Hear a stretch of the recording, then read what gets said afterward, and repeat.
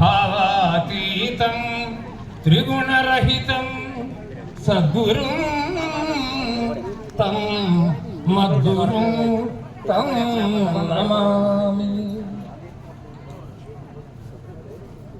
ప్రియ ఆత్మస్వరూపులందరికీ నా హృదయపూర్వక నమస్సుమాంజలు. మరి వేదికను అలంకరించి అధ్యక్ష పదవిని మరి సక్రమంగా పరిపాలిస్తూ అందరికీ ప్రతి వాళ్ళ పేర్లు చెప్పాలంటే నాకు ఇచ్చిన సమయం సరిపోదు.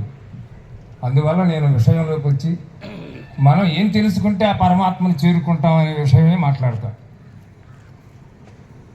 ఎండమావుల్లో నీళ్ళు ఉన్నాయా? ఎండమావుల్లో నీళ్ళంటూ లేవు.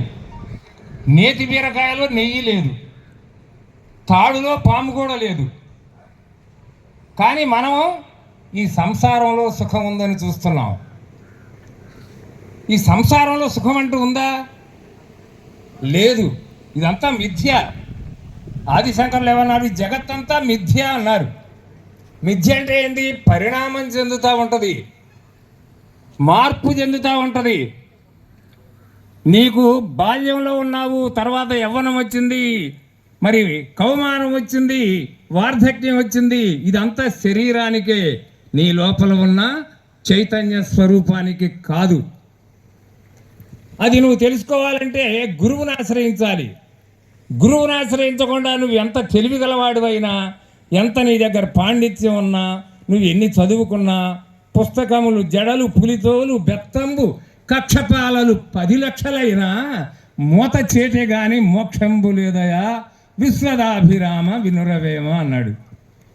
మరి ఇప్పుడు నేనేమన్నాను? ఇదంతా ఏమన్నా విమర్శించారా? దీన్ని కాదు. ఇలా తెలుసుకుంటే ప్రయోజనం లేదు. నువ్వు తెలుసుకోవాల్సిందేదో నువ్వు ఆ పరమాత్మను పొందాలి. ఆ పొందినప్పుడే ఈ జన్మ రహితం అవుతుంది, ఈ జన్మ సార్థకం అవుతుంది. ఆ విషయంలో నువ్వు యాదమరుపు మంచిది కాదు. ఇప్పుడు ఇందాక మనం ఒక బాత్రూంలోకి వెళ్ళాం. మరీ విపరీతమైనటువంటి ఏది అశుభ్రంగా ఉంది, దాన్ని శుభ్రంగా బాగు చేసుకొని దాని పనిని మళ్ళీ సక్రమంగా చూసుకొని ఆ మూలమూత్రాలు తీర్చుకొని మళ్ళీ బయటికి రావడం జరుగుతుంది. నువ్వు అలా నీ ఇంద్రియాలన్నింటినీ శుద్ధం చేసుకోకపోతే ఏం ప్రయోజనం లేదు. ఆ శుద్ధం చేసుకోవడంలోనే నీ పవిత్రత కనపడుతుంది. అందుకే ఆత్మశుద్ధి లేని ఆచారమది ఎలా, బాండశుద్ధి లేని పాకమేలా, చిత్తశుద్ధి లేని శివ పూజలేలరా విశ్వదాభిరామ వినరవేమ అన్నాడు. మరి భగవద్గీత సారం కాదా ఇది? భగవద్గీత అదే, వేమన పద్యం అదే, ఏది నరసింహస్వామి శతకం చెప్పింది అదే, మరి కాళహస్తీశ్వర శతకం చెప్పాడు దూర్జటి, ఆయన చెప్పింది కూడా అదే, అన్నమయ్య చెప్పింది అదే. అందరూ చెప్పారు, కానీ మనకు అర్థం కావడం లేదు.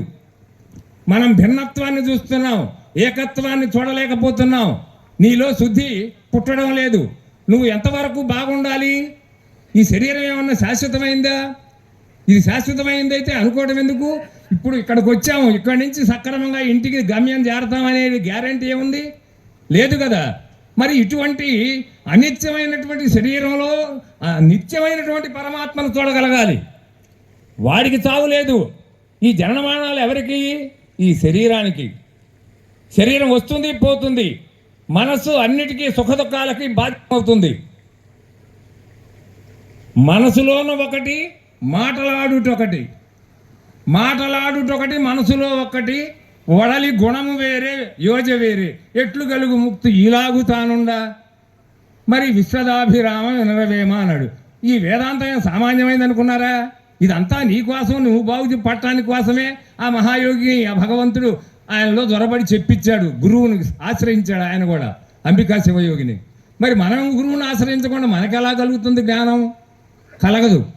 మా అమ్మ జిల్లెలమూడి అమ్మ, నా గురువు అమ్మ. 10 కాదు 100 సార్లు చెప్తా. ఎందుకంటే జయ హో మాత శ్రీ అనసూయ రాజరాజేశ్వరి శ్రీ పరాత్పరి అనండి అందరూ. జయ హో మాత శ్రీ అనసూయ రాజరాజేశ్వరి శ్రీ పరాత్పరి. జయ హో మాత శ్రీ అనసూయ రాజరాజేశ్వరి శ్రీ పరాత్పరి. జయ హో మాత శ్రీ అనసూయ రాజరాజేశ్వరి శ్రీ పరాత్పరి. అడుగడుగునా దైవత్వం నిండి ఉన్నది మన భారత భూమిలో. మరి దాన్ని మనం అర్థం చేసుకొని దాన్ని పవిత్రం చేసుకొని పుట్టడం మన అదృష్టం. మరి గురువు దొరికి మరి జన్మను రాహిత్యం చేసుకోవడం చాలా గొప్ప విషయం. కానీ మరి గురువు దగ్గర అర్హత సంపాదించాలంటే మనకేముండాలి? సాధన, చతుష్టయ సంపత్తి ఉండాలి. నిత్యానిత్య వస్తు వివేకము, ఇహమూత్రార్థ ఫలభోగ విరాగము, సమాధి షట్క సంపత్తి, ముముక్షుత్వము. దుర్లభం త్రయమే వైతత్ దైవానుగ్రహ హేతుకం మనుష్యత్వం ముముక్షుత్వం మహాపురుష సంశ్రయ. ఆదిశంకరుల వారు ఇచ్చారు మనకు. కానీ మానవ జన్మ ఎత్తాము. కానీ మనకు ఉండాల్సింది ఏంది? ఈ శరీరం అంతరించిపోయే లోపల నువ్వు ముముక్షుత్వాన్ని సాధించుకోవాలి.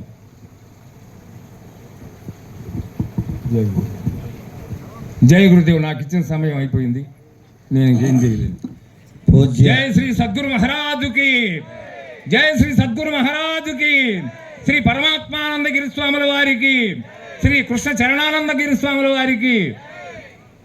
హరి ఓం, హరి ఓం తత్సత్.